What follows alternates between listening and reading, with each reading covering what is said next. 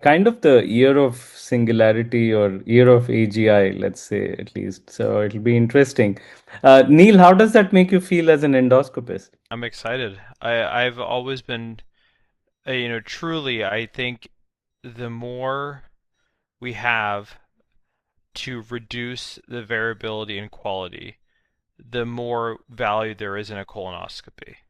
Absolutely. And I think on multiple levels, wearing my multiple hats, this has come up over and over again.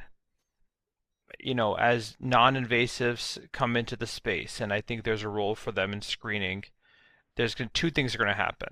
Okay, one, we're going to have a higher demand, I really believe, for therapeutic colonoscopy, which we currently don't have the bandwidth to support in most places across the country. And secondly, we're going to have to keep showing to everybody the value of a colonoscopy. Okay? And the value of the colonoscopy is very simple, is the only preventive test out there. Okay?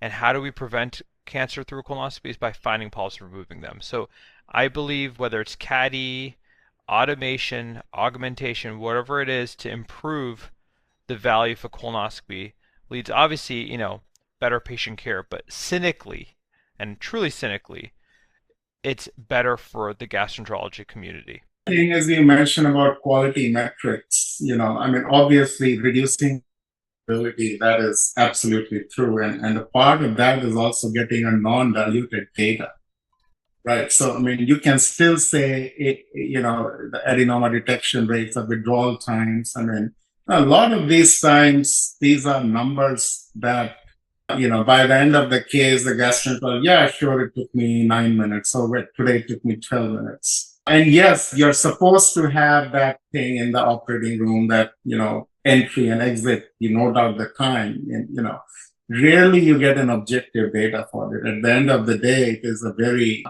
kind of subjective number.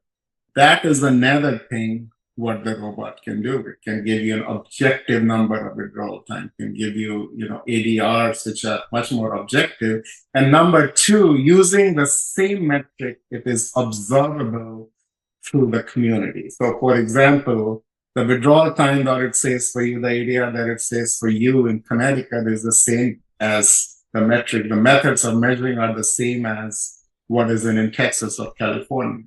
Even if you have, let's say, 40 clinics, for example, you can find out exactly that, okay, well, the non-operative time in this particular endoscopy center or the throughput of patients is in the lowest 10th percentile. And that does not mean it is good, but that means there are opportunities of quality improvement.